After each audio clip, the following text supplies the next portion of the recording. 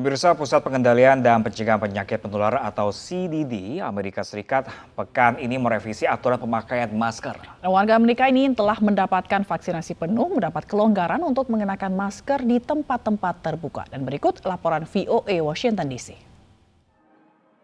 Dengan meluasnya vaksinasi, Pusat Pengendalian dan Pencegahan Penyakit Menular AS CDC merevisi panduannya mengenai pengenaan masker untuk warga yang telah divaksinasi penuh. Generally, for vaccinated people, outdoor activities without a mask are safe. However, we continue to recommend masking in crowded outdoor settings and venues, such as packed stadiums and concerts, where there is decreased ability to maintain physical distance and where many unvaccinated people may also be present. Tapi dijelaskan pula apa yang dimaksud dengan warga yang telah divaksinasi penuh. The CDC defines fully vaccinated as 14 days after your second dose of a Pfizer or Moderna vaccine or 14 days after your single dose of a J&J vaccine. Untuk kegiatan dalam ruangan seperti restoran dan salon, warga tervaksinasi penuh tetap disarankan mengenakan masker. Presiden Joe Biden menyatakan panduan baru CDC ini mestinya menambah motivasi untuk segera mendaftar bila belum divaksinasi. The bottom line is clear. If you're vaccinated, you can do more things more safely, both outdoors as well as indoors. For those who haven't gotten their vaccination yet, especially if you're younger or think you don't need it, this is another great reason to go get vaccinated now.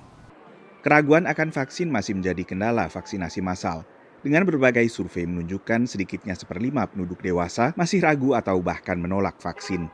Saat ini, separuh lebih warga Amerika Serikat telah menjalani setidaknya dosis pertama vaksinasi COVID. Lalu di semua negara bagian dan wilayah, warga Amerika usia 16 tahun ke atas juga sudah mulai bisa mendaftar untuk mendapat giliran vaksinasi. Lalu di sejumlah wilayah, pertandingan olahraga kini juga dilakukan kembali dengan kehadiran para supporter. Di New York dan Los Angeles setidaknya, ada keharusan bagi para supporter untuk menunjukkan kartu hasil tes COVID negatif atau juga kartu bukti vaksinasi untuk dibolehkan masuk. Setelah sempat ditangguhkan, vaksinasi menggunakan vaksin sekali suntik Johnson & Johnson juga telah dilakukan kembali, termasuk di Biddeford, negara bagian Maine, oleh Badan Penanggulangan Bencana Federal AS, FEMA. I was scheduled for the Pfizer, but I came in, it was Johnson & Johnson, so the lady who helped me was really kind and kind of handled any questions that I had. Yeah, I think everybody kind of had a question in their mind about after what happened, about getting taken off the market for safety concerns, but now they've said it's okay. So people that are coming in seem pretty confident in it. If they're not, they just refer to somebody else, get the Moderna product or the Pfizer product. Dengan target vaksinasi COVID domestik terlampaui, pemerintah Biden kini juga menargetkan 60 juta dosis vaksin bagi negara lain, termasuk India yang mengalami lonjakan kasus. We also, of course, are in close touch with India officials at all levels about the raw material needs that they have. And as requested by India, we will provide raw materials for the production of AstraZeneca Covishield vaccine at Serum Institute of India.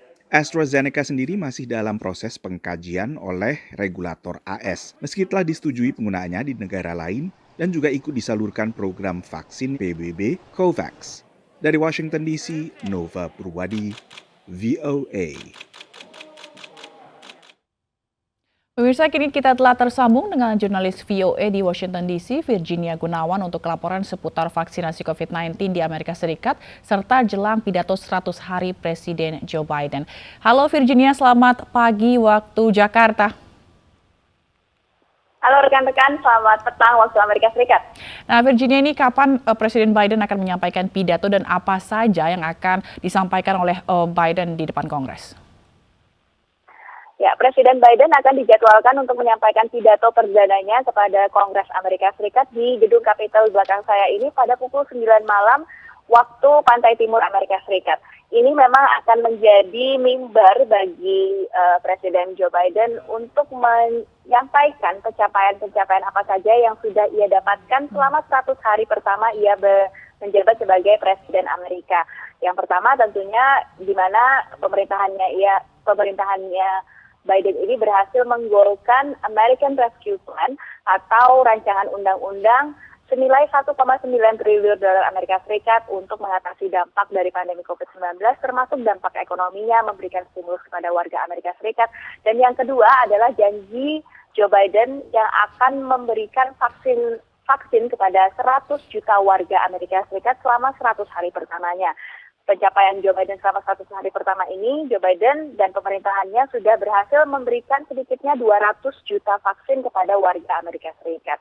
Selain itu juga dari Gedung Putih menyampaikan bahwa Joe Biden juga akan menyampaikan beberapa isu atau hal-hal yang terkait dalam Amerika saat ini, termasuk soal imigran atau para pengungsi yang datang dari Amerika Tengah, Amerika Selatan yang ingin masuk ke Amerika Serikat lewat perbatasannya di selatan Amerika Serikat. Lalu juga ada isu soal pengaturan kepemilikan senjata di Amerika Serikat, terutama melihat adanya pelonjakan penembakan massal di beberapa negara bagian di Amerika Serikat.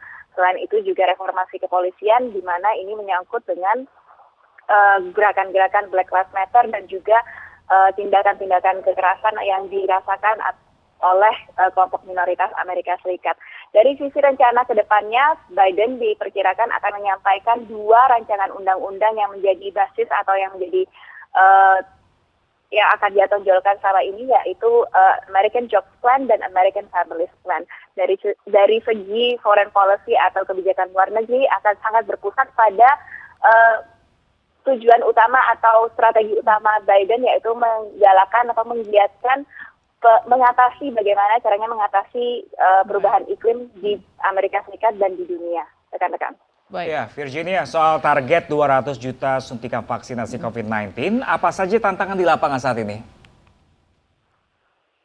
Ya, memang saat ini kelihatannya 200 juta dosis vaksin itu sangat banyak, namun itu hanya bagian kecil dari warga Amerika Serikat, sekitar 50% maksud saya, warga Amerika Serikat yang sudah divaksinasi secara penuh. Nah, dari jajak pendapat yang dilakukan oleh NPR dan Marist Poll mengatakan bahwa sekitar 25% atau 1/4 warga Amerika Serikat itu masih menimbang-nimbang atau enggan untuk divaksinasi.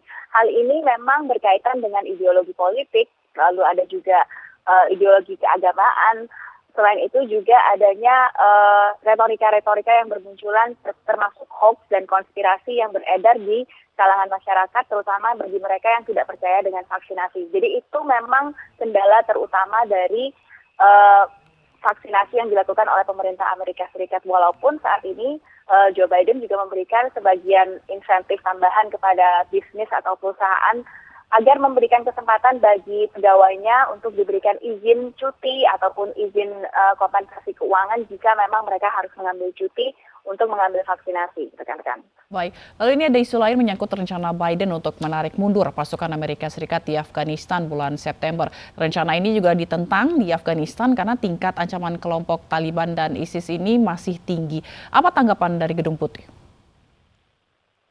Ya, rencana yang dilakukan oleh Joe Biden ini memang sejalan dengan apa yang dijanjikan atau perjanjian yang dilakukan oleh mantan Presiden Amerika Serikat Donald Trump yang pada saat itu melakukan perjanjian dengan Taliban untuk menarik pasukan Amerika Serikat pada tanggal 1 Mei dan pada akhirnya nanti pada bulan September seluruh pasukan Amerika Serikat yang aktif itu akan ditarik keluar dari Afghanistan. Ini juga memperingati 20 tahun serangan 9/11 di Amerika Serikat yang terjadi pada tahun 2001 yang lalu. Nah, secara nantinya masih tetap akan ada sejumlah pasukan Amerika Serikat yang akan bertahan di Afghanistan, namun belum didisclose atau belum dibuka jumlahnya oleh Gedung Putih dan juga Pentagon. Namun masih akan ada troops atau pasukan Amerika Serikat yang akan berjaga di sana. Selain itu juga masih akan ada misi diplomasi dan juga misi humanitarian atau kemanusiaan yang akan berlangsung di daerah tersebut. Jadi tidak serta-merta langsung dilepas dan tidak